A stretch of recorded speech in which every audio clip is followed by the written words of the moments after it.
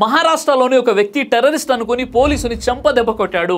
మహారాష్ట్ర ధూలేలోని స్వామినారాయణ టెంపుల్లో పోలీసులు public awareness కోసం మ్యాక్ డ్రిల్ నిర్వహించారు. అక్కడ పోలీసులు మ్యాక్ డ్రిల్ చేస్తున్నారన్న విషయం ఎవరికి తెలియదు. ఈ మ్యాక్ డ్రిల్లో భాగంగా కొందరు పోలీసులు టెర్రరిస్టుల దుస్తులు ధరించి మాస్క్ వేసుకుని గన్ పెట్టుకుని టెంపుల్లో పబ్లిక్ ను భయపెడుతున్నారు. అలా పోలీసులు టెర్రరిస్టు లాగా సడన్ గా ఎంట్రీ ఇవ్వడంతో అక్కడున్న మహిళలు పిల్లలు ఎంతో భయపడ్డారు. ప్రశాంత్ కులకర్ణి అనే వ్యక్తి తన కూతురు భయపడి ఏడవడంతో కోపంగా వెళ్ళి నీ వల్ల నా కూతురు భయపడిందని టెర్రరిస్ట్ వేషాల్లో ఉన్న పోలీస్ చెంప పగలగొట్టాడు. వెంటనే పక్కనే ఉన్న పోలీస్ అఫీషియల్స్ అక్కడికి వచ్చి మ్యాక్ డ్రిల్ గురించి చెప్పి సిచ్యువేషన్ ను కంట్రోల్ చేశారు. కేవలం తన కూతురు భయపడి ఏడుస్తుందన్న ఒకే ఒక కారణంతో ప్రశాంత్ కులకర్ణి అక్కడ ఉన్నది టెర్రరిస్ట్ అని కూడా ఆలోచించకుండా వెళ్ళి అతన్ని కొట్టాడు.